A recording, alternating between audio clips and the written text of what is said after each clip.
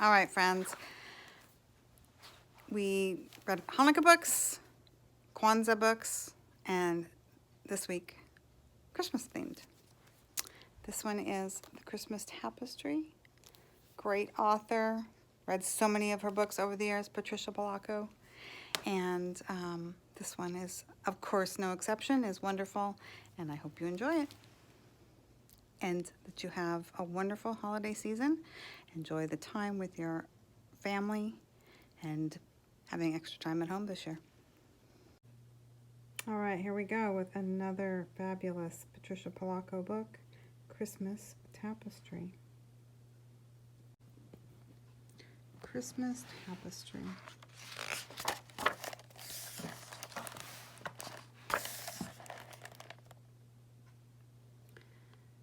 There are those who say there is no balance in the universe and that all things happen randomly, without purpose. Take, for instance, one Jonathan Jefferson Weeks. He was most upset that his family came all the way from Memphis, Tennessee, when his father accepted the position of pastor at the New Baptist in Detroit. Even though their new home was on the outskirts, well, it was still Detroit, nothing like Tennessee. What possible good reason could there be for leaving home and coming here?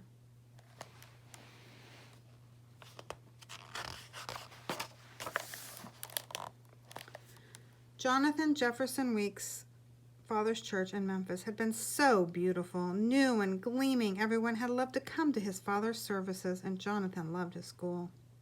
He had just made it on the soccer team.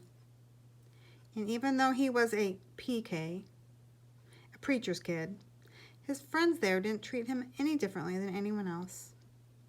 Here in Detroit, Michigan, his father's new church was practically falling down. It was rickety and old, and the parsonage was right next door. Here, everything about life screamed, PK. Why did we come here, Daddy? Beth asked her father at dinner one night. The church looks awful. Nobody comes to services. The deacons sent your father here because this little church is in such need of new life, Jonathan's mother said. Your father made our church in Memphis into something beautiful, didn't he? You should have seen it when we first arrived there. It couldn't have been as bad as this place, Jonathan said. Oh, but it was, Jonathan. Worse. His father smiled.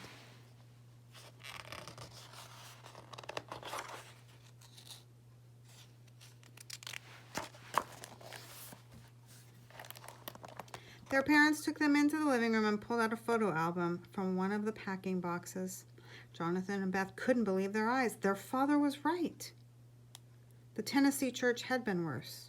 Far worse. How did you do it, Dad? Jonathan asked. Just the way I'm going to do it here. But I need both of you to help me. There's the hard work that is going to take to repair and rebuild this church. But I'll also need you to be cheerful and brave. When you see what we're going to do at this church, your spirits will be lifted. Beth and Jonathan tried to smile. I predicted that by, well, let's see. This very Christmas, the church will be something that we will all be proud of, their father said. When it is finished, people will come. You'll see.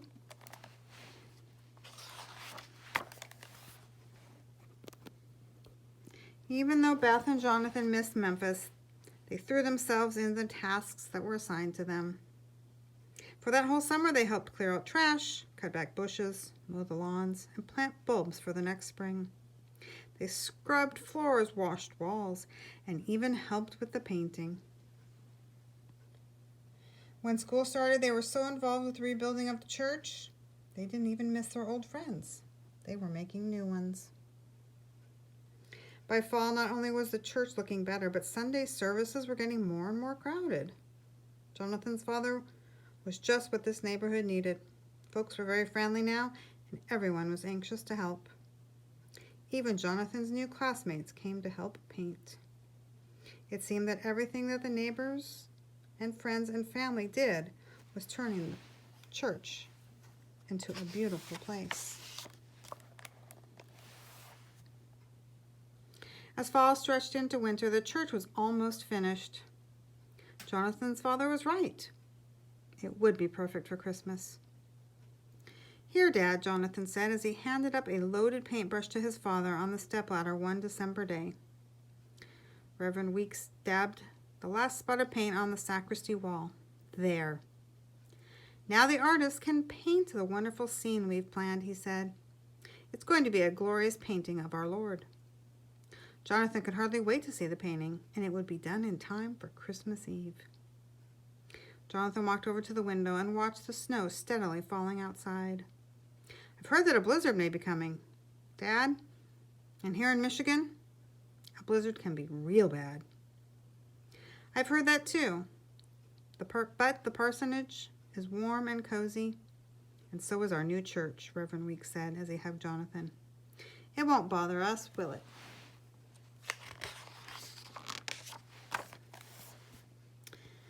The next week brought the worst snow that had been seen in Detroit in 25 years. One morning, Mr. Brown, the caretaker, knocked at the parsonage door. He looked full of dread. "Reverend Weeks, come quickly." Jonathan, Beth, and their parents rushed next door. As they entered the church, they all gasped. A dark water stain covered the sacristy wall, right where the painting of our Lord was to be. "Ice built up on the edge of the roof and held back water," Mr. Brown said sadly. "Standing water that ran into the building and down the sacristy wall." "How can this be happening?" Mrs. Weeks cried. "The artist we commissioned to do the painting was going to start tomorrow." "Isn't there anything we can do?" the Reverend asked Mr. Brown. "We could chip the ice to let out the standing water on the roof." He lightly pushed at the sacristy wall, at the watery wall. There was a huge crack, a rush of water, and a piece of plaster fell with a thud. "Dad," Jonathan cried out, "now there's a big ugly hole in the wall, right where everybody will see it. I even see wooden slats." "I know a plasterer, Mr. Zucker. He'll be able to fix it for us," Mr. Brown said. "Before Christmas Eve?" Jonathan asked, full of hope. "Well, no, sir," Mr. Brown said. "This here wall needs to dry out first. The plastering may not be until spring." "I knew something would spoil our Christmas," Jonathan cried. Now, I'll call Mr. Zucker anyway. He may have a different solution," Mr. Brown added softly. Later that night, Reverend Weeks sat on the edge of Jonathan's bed. "I miss home," Jonathan cried. "I know you believe God always has a plan, but what plan could have brought us here?" Jonathan sobbed. "We worked so hard. Then God sent a blizzard I don't understand." "Well, son, although we don't always understand, the universe unfolds as it should," his father said as he rocked the boy in his arms. "Tomorrow will be another day, and perhaps things won't be so bleak when you wake up to a new morning." Then he kissed the boy goodnight and closed the door. The next morning, Jonathan woke to a cold snap and freezing snow. His mother asked his father and him to drive to Detroit to pick up Christmas decorations that she had ordered from Horrocks. Jonathan didn't want to go. He felt so bad about the church wall. What good would decorations do? Then, as if the damage to the church wasn't bad enough, the battery was dead in the family car. "It's all right, Jonathan. We can take the bus." Jonathan's face fell. This slow old bus all the way downtown and back? Why do we need decorations? The church is ruined. Everybody will just sit and look at a hole in the wall, Jonathan said as they boarded the bus.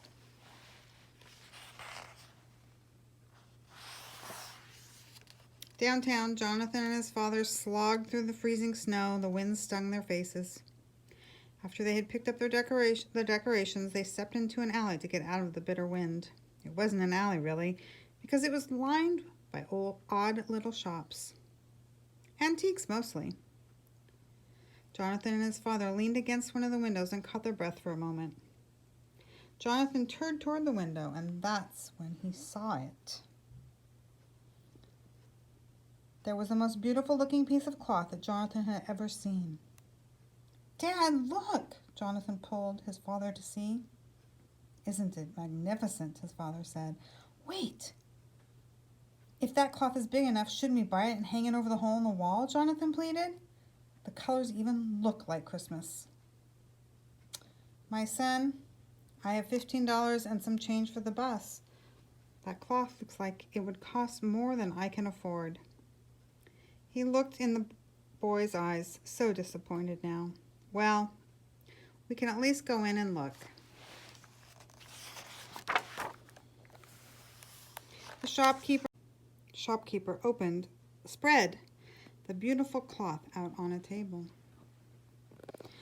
Look, Jonathan, hand-stitched embroidery, Reverend Weeks said as he gazed at the cloth. And the perfect size, Dad. See? Jonathan said as he touched it. Reverend Weeks looked up. How much is this? He asked timidly. I've had that old piece here for over a year. For you, Pastor, I'll make a deal. How's $15 sound? That would be fine, perfectly fine, Reverend Weeks beamed, as the storekeeper wrapped the beautiful tapestry in brown paper. Jonathan, you had an inspired idea, his father said to him, as they made their way to the bus stop.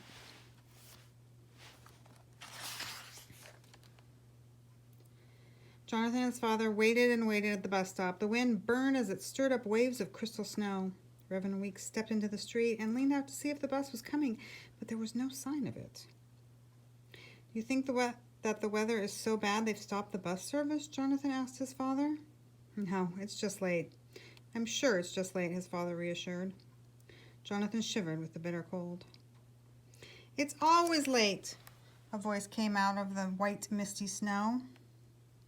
There on the bench was an old lady. The bus, it's always late, she said again as she motioned toward town. Reverend Weeks smiled at her. Jonathan tried to stand behind his father out of the bitter wind. In my country, winters are worse than this, like a razor the wind cuts. I have hot tea in my thermos and some raisin cookies too, she said as she motioned them to sit with her. Have some with me. I would like nothing more this day than to share a little warm tea with you and your boy. Jonathan looked at his father. Please, he whispered. Much obliged, ma'am, Reverend Weeks said as he tipped his hat. The hot tea and the cookies made the wind seem to disappear. How far do you have to go today? That is, if the bus ever gets here, Jonathan asked the lady. Well, first the 52, then 2 transfers before I'll be home, she answered. Ma'am, if this bus comes, the way is shorter to my house, Reverend Weeks said. I have to drop off this package at my church, but I have a car there. By now the battery is charged. I would be pleased indeed to take you home in return for your kindness. In this cold, I will accept. I surely will, she said with a broad smile. If the bus ever comes, the 3 of them said in unison, then laughed. The bus finally did come, and the 3 of them rode through a light snow to Reverend Weeks' church to drop off the package. Mrs. Weeks made more hot tea and shared some special cakes, too. Can we put the cloth up, Dad, before we go, just to see what it will look like? Jonathan pleaded. He could hardly wait. I'm in no hurry, the old woman smiled. Jonathan and his father hung the cloth right over the gaping hole. Our Christmas tapestry, Jonathan announced. The old lady gasped. Where did you get this? She asked breathlessly. She looked pale as snow. From an antique store, just before we met you, Jonathan said to her.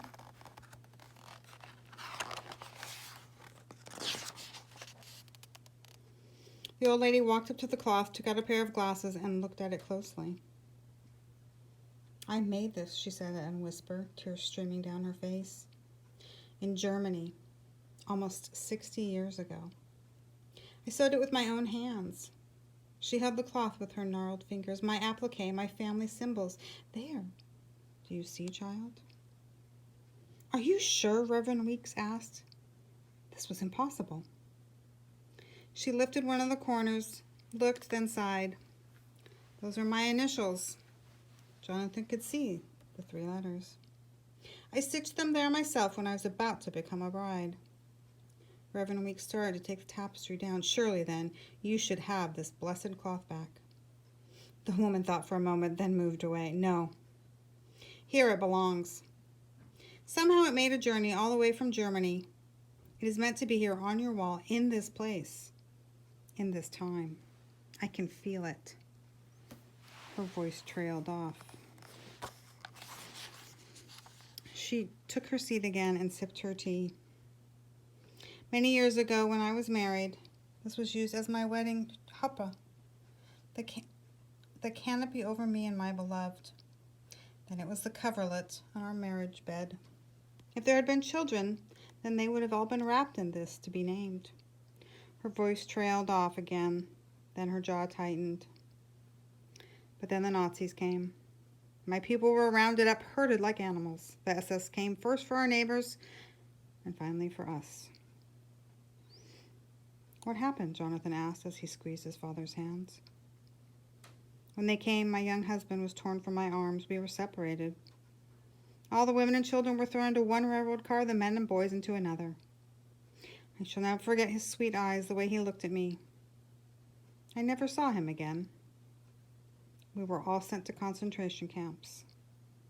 She pulled up her sleeve and showed a faded row of blue numbers on the inside of her lower arm. Her identifying concentration camp number, my friends. I'm speechless. No words can describe, Reverend Weeks said, as the whole family leaned toward the lady. Jonathan beamed as he looked into his father's face, then he hugged the old woman. Would you stay for prayer services tonight, Reverend Weeks suddenly asked, and have supper with us too? I am honored you ask, but I am not of your faith, the old woman said. Tonight I will say my own prayers, light the menorah, and share some of your lovely tea cakes with my cats. But another time I would love to share a feast with you. Do you have family to share your holidays? Reverend Weeks worried. No, husband. I never married again, but I do have nieces and nephews here in Detroit. We shall cherish this wonderful tapestry, and even if our wall is repaired, we shall keep this hanging here to commemorate your memories, dear lady, Reverend Weeks whispered. The whole family drove her home.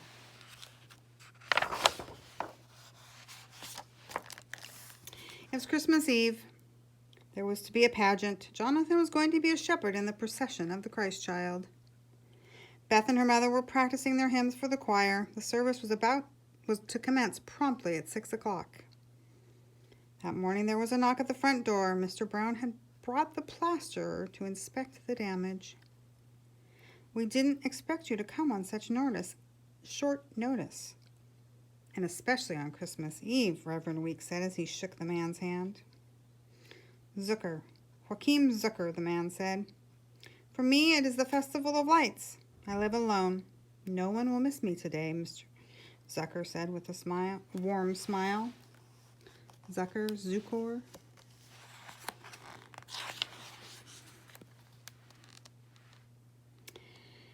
This is where the damage is, Reverend Weeks said as they all entered the church together. Reverend Weeks pulled the tapestry back so the old man could see the hole in the wall. Mr. Zucker put on his glasses and inspected the damage very carefully. This won't be difficult. Not difficult at all. You do need to let the wall dry a bit, but I can make it look like new. I'm glad to hear that. We were all so worried that the damage was structural, Reverend Weeks said. He let the tapestry cascade back in front of the hole. The old man staggered back. Where did you get this? Where?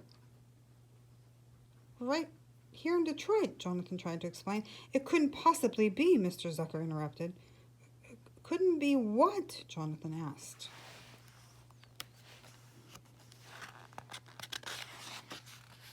My bride, in the old country, Mr. Zucker said softly. She made something exactly like this for our wedding. Every stitch and pattern, all the same, Mr. Zucker started to cry. But she was taken from the Nazis. We all were, he said breathlessly. We were herded like the sheep into boxcars and taken to camps. Work camps, they called them, but they were a place of death. I never saw her again. She did not survive that place. Jonathan looked at his mother and father in astonishment. "Did she embroider her initials in the cloth?" Reverend Weeks asked.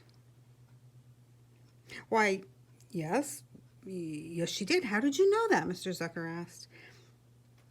Jonathan pulled up the lower corner. Mr. Zucker started sobbing. R.H.Z.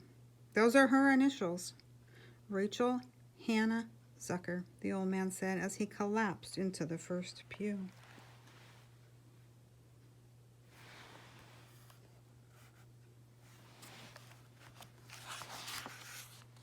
"Mr. Zucker, she's alive. She was here just 3 days ago. We know right where she is," Jonathan said as he hugged Mr. Zucker. "The Weeks family drove like the wind with their precious cargo, Mr. Zucker. When they arrived in front of the red brick apartment house where the old lady lived, the old man flew to the outside door, then climbed 3 flights of stairs as if he were floating." Jonathan and Beth were out of breath. Mr. Zucker stopped in front of number 22. He waited for the longest time. Then he knocked. The door opened. There the old woman stood, puzzled. Her eyes widened. Then, her eyes brimming, she took his face in her hands. "Is that you, my beloved?" she whispered. "I have waited a long time." "My Rachel. My Rachel," was all Mr. Zucker could manage to say. Then came a sound from both of them that Jonathan knew he would never hear the likes of again. It was a sound of joy. Then they hugged and cried and kissed each other so tenderly that Jonathan didn't really know why, but he felt tears in his own eyes. It's quite a miraculous event, my friends, after what happened, what the Nazis did to so many of the Jews during World War II. They actually survived and didn't know. Later that night, at the Christmas Eve services, the candles were radiant. Their flickering light made the tapestry shimmer as if it were enchanted. Maybe it is, Jonathan thought as he smiled to himself. He couldn't take his eyes off of it. The pageant was beautiful. The church was full of people singing praises. The lights on the Christmas tree reminded Jonathan of the twinkling stars in the night sky.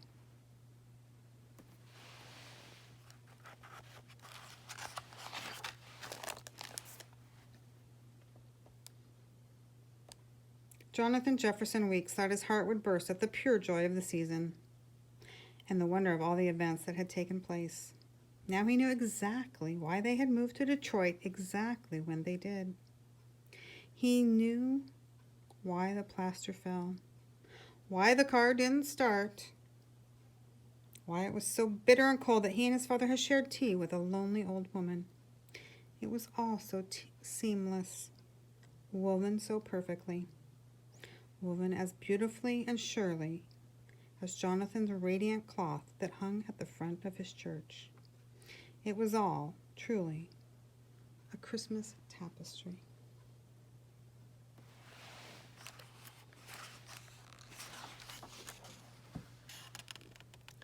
Their little parsonage. And that, my friends, was The Christmas Tapestry by Patricia Polacco. Wonderful story.